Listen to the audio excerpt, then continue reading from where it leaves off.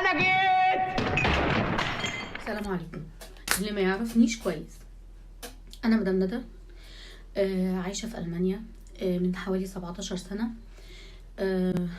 انا بس حبيت اتكلم في موضوع، يعني هو ما شغلنيش على قد ما انه يعصب، يعني موضوع ينرفز فعلا. يعني ريم الشمري، ريم الشمري خدت حقها وزياده زي ما بيقولوا. هي بنفسها طلعت شكرت المصريين على 200 ألف لايك لفيديوهاتها. واحدة قاعدة فاضية محدش بيعبرها، عملت كام فيديو، قالت اقوم اشتم في المصريين علشان يعني استفزهم ويقوموا يشتموني زي ما بشتمهم، وهي اللي كسبانة في الاخر يعني. وشباب مصر ما شاء الله يعني قاموا بالواجب وزيادة يعني. بس بصراحة انا ما كنتش مستنية منكم كده، يعني ما كنتش مستنية منكم تدوها اي اهتمام خالص. ما شاء الله عليكم. اللي طلع اجتهد وجاب حاجات عن ريم وتعب نفسه قوي قوي وقعد يدور بقى وراها، واللي قال ان هي كانت استغفر الله العظيم بولد واتقلبت لبنت، واللي قال انها معرفش كانت ماشيه مع مصري واداها على قفاها فحبت ترد القفا، واللي جاب عنها اخبار من كل حته. ايا كانت ريم الشمالي، بنات مصريات برضو طلعوا اجتهدوا وشتموها يعني وبهدلوها على الانترنت. برضو في حاجات احنا ما شفناهاش او مش كل الناس اهتمت بيها. في بنات جمال جدا جدا لذاذ جدا كويتيات طلعوا يعني بصراحة ادوا ريم حقها، وشباب برضو من الكويت نفس الوضع. احنا ليه بنبص للزبالة ونعمل لها قدر زي ما بيقولوا؟ خصوص الفيديوهات العنصرية اللي طلعت آخر فترة اللي تستهدف إخواننا المصريين والوافدين، صدقوني إني يوم شفت هذه الفيديوهات حسيت كأن الكلام العنصري والسيء موجه لي بقولة الله أكبر. وأغلب الشعب الكويتي ما رضى بهذه الفيديوهات وشن هجوم كبير على الأشخاص اللي طلعوا وتكلموا بهالطريقة. لا، هذول ما يعكسوننا، هذول يعكسون تربيتهم وأخلاقهم وأخلاقياتنا. لا، احنا نحبكم ونقدركم. أنا ليومكم أتواصل مع أساتذتي أيام الثانوية، حسبة أبوي كانوا يدرسوني، ليومكم يسألون عني.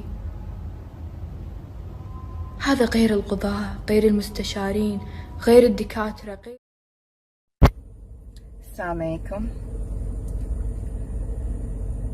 أنا مواطنة كويتية وأمي مصرية، وافتخر إن أنا أمي مصرية، وافتخر إن هم أنا كويتية.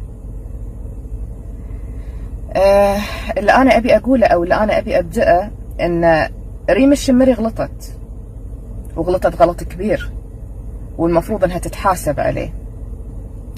بس بالنسبة حق المصريين هم اللي قاعد يطلعون وقاعد ياخذون حقهم، وهذا حقهم انهم ياخذونه، بس هم قاعد يغلطون على الكويتيين بالمعنى الذي قالته خدامين بين قوسين. فقط أريد أن أوضح شيء: المصريين ليسوا خادمين لدى أحد. إذا كانت العمالة المصرية لديك بالكويت، لا يوجد شخص يسافر إلى دولة أخرى إلا إذا كانت هناك طلب وعرض. الكويت لديها أماكن وظائف تريد عاملين لدى هذه الوظائف. إذ لم تحتاج الكويت العاملين لم يكن لديك مصري من الأساس. احتياج الكويت للعمالة المصرية يأتي في المقام الأول، من ثم يليه العمالة المصرية يأتي احتياجها أيضا. لا أعرف كيفية حديثك بهذا الشكل، ولا يوجد مبرر لهذا الأمر نهائيا، بل أجد سخافة الحديث، ألا منطقية، ألا أدب. أيضا الأدب لا يوجد لديك أي منطق في الحديث من الأدب والاحترام. تلقيق الكلمات بهذا الشكل المؤسف.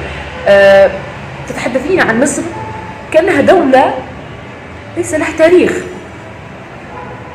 سأقول لك شيء واحد فقط: مصر قبل أن تكون مصر هي مذكورة عند المولى عز وجل. المولى عز وجل ذكر مصر، ليس الكويت. لا نقلل من شأن الكويت كدولة أو كحكومة أو كشعب أيضا، ولكن لنعود بالتاريخ. ما هو عمر الكويت؟ كم يبلغ عمر الكويت كدولة، كحكومة أيضا، كشعب؟ مصر دولة ذات حضارة. مصر وقفت مع الكويت في احتلالها، ضحت بجنود مصريين. لديك في كل شارع في الكويت مصريين دماؤهم على أرض الكويت، جنود مصريين قتلوا في هذه الحرب. راجعي نفسك قليلا، انظري إلى التاريخ. لا من منك على عامل المصريين. المغترب سواء كان مصري أو غير مصري، بالرغم أنني لاحظت الفترة الأخيرة أن معظم الحديث يدور على المصريين. أولا صفاء الهاشمي، من ثم يليها الممثلة حياة الفهد التي قالت وصرحت أن علينا أن نقوم برمي المصريين في الصحراء. من ثم ريم الشمري الذي لا أعرف هويتها ولا أعرف شخصيتها أيضا.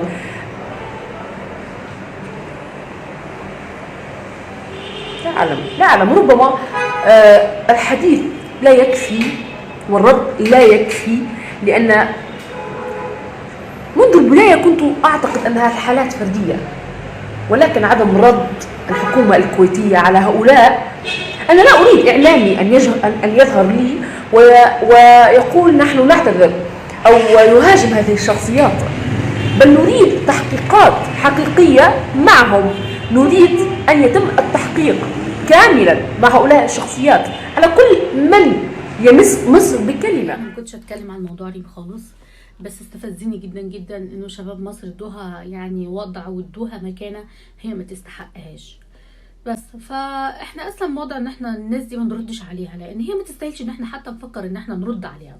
انا شخصيا ما كملتش فيديوهاتها، ما بكملهاش لانها مستفزه ويا حظي ويا كويتي ومش عارف ايه والكويت بتاعتنا وتبعنا والحاجات دي. لا ماليش الكلام ده، يعني مش احنا اللي نقعد نقول بلدي وبلدك، واحنا كلنا واحد، كلنا عرب مع بعضينا يعني، وكلنا عارفين دور مصر كويس وقفت جنبكم ازاي. اخر رساله للاخت ريم الشمري، عايزه بس اقول لك يا اخت ريم، لو فاتك قطر الجواز مالكيش دعوه بشبابنا، شباب المصريات، شباب المصريين، حج المصريات يا حظي، ماشي. عايزه كمان ابلغ رسالتي كمان لكل سفارات مصر في كل مكان، يعني مش شرط في الكويت، مش شرط في دول الخليج. احنا ليه ما بنقفش وقفه مع الناس دي؟ يعني جواب صغير كده يتبعت لاهلها، بنتكم غلطت يا جماعه، هتربوها انتوا ولا احنا اللي نربيها؟ لو ما عرفوش يربوها وطلعت تاني تهرتل على النت، احنا بقى اللي نربي بقى. ما ينفعش كده، مش مصر خط احمر. وسلام. ادينا موضوع ريم حقه وخلصنا منه. ريم الشمري اللي ما عرفش، ندخل بقى في موضوع تاني. انا شايفه ان الشباب على الانترنت عندهم فرصه كبيره قوي قوي ان هم يشوفوا موضوعات مهمه ويتكلموا فيها. يعني بلاش نتكلم في تفاهات ريم ومش ريم والناس دي اللي بتشتم على بلدنا، احنا كده بنعمل لهم وضع يعني. اتكلموا عن حاجات تانية كتير، عن سلبيات كتير لازم نقاومها، عن الحال الوضع في مصر ازاي. يعني مثلا هنا في ألمانيا الحمد لله حاولوا سيطروا على الوضع هنا، وكمان في حاجات جديدة بالنسبة للحالة للبلد يعني. منها ألمانيا عملت بروجرام جديد علشان خاطر تعوض الناس خسائرهم وقت الفترة اللي فاتت. عايزين ندرس واقع يعني مهم جدا جدا، ازاي ألمانيا خلصت من الوباء ده، ازاي بتفكر في اللي جاي، وقبل حتى ما تخلص من الوباء يعني نهائيا. يعني هي حاليا بتفكر في اللي جاي، ماشي. عملت ايه؟ عملت حزمة مالية 130,000 مليار يورو هتتوزع على الشعب وعلى الناس المتضررة، يعني اللي هم المتضررين من أزمة كورونا. ازاي هتدي كل طفل 300 يورو خلصت الضرائب. طبعا هتتاخد لمرة واحدة طبعا يعني، بس اللي عنده 3 أطفال هياخد طبعا لكل طفل 300 يورو، عنده طفلين نفس الوضع يعني 4 5 6 إيجال عادي يعني. بس ف حاجة تانية، خفضت الضريبة على حاجات كتير منها السلع الغذائية. ألمانيا طبعا هتفتح مطاراتها لحوالي 31 دولة أوروبية.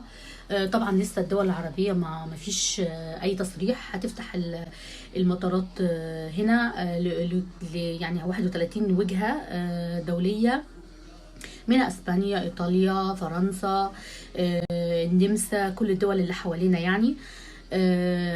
لان خسائر فعلا كتيرة جدا في شركات الطيران وده معروف. فطبعا لازم واحدة واحدة ان هي تفتح المطارات علشان تعوض الخسائر دي. كمان هتخفض الضريبة على السلع الغذائية، تخفيض الضريبة على شراء السيارات، بس كمان بتدي مساعدة للي هيشتري عربية مثلا يعني، بس لازم تكون عربية الكترون، اللي هي العربية بالكهرباء دي بتتشحن بالكهرباء مش البنزين او الغاز. المساعدة في شراء العربيات هتكون ازاي؟ طبعا في جزء هتاخده انت لما تحب تشتري عربية، يعني 6% تقريبا من سعر العربية على حسب العربية نوعها ايه وسعرها ايه يعني. فبتاخد 6% دي كده كاش في ايدك يعني وانت بتشتري العربية يعني. حاجة تانية، نزلت الضرايب طبعا على كل السلع الغذائية دي قلتها. مساعدات مادية للناس.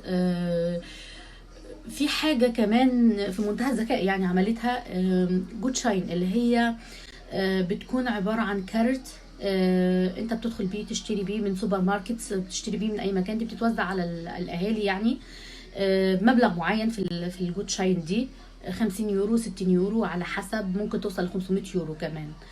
من الاخبار اللي هي شدتني برضو حبيت بس انوه عنها، بدء تخزين الادوات الطبية هنا في ألمانيا. هيخزنوا الأدوات الطبية اللي هم احتاجوها في الأزمة دي، بحيث انه لو مرينا بأزمة زي كده يعني هيبقى عندنا فائض أو حاجات متخزنة للمستقبل يعني. برضو بيبحثوا عن كل المشاكل اللي واجهتهم في الأزمة وبيحلوها، يعني الكادر الطبي مثلا يعني توفير كادر طبي، تدريب كوادر طبية جديدة، ممرضين ممرضات علشان لو احتاجوهم في الأزمة دي يعني. يا ريت يا جماعة نتعلم من أزماتنا، هو ده الكلمة اللي أنا عايزة أقولها يعني، إن احنا نتعلم من أزماتنا، إن احنا نغير الوضع لصالحنا، نشوف إيه اللي كان غلط ونعمل الصح، ده بس مش أكتر من كده.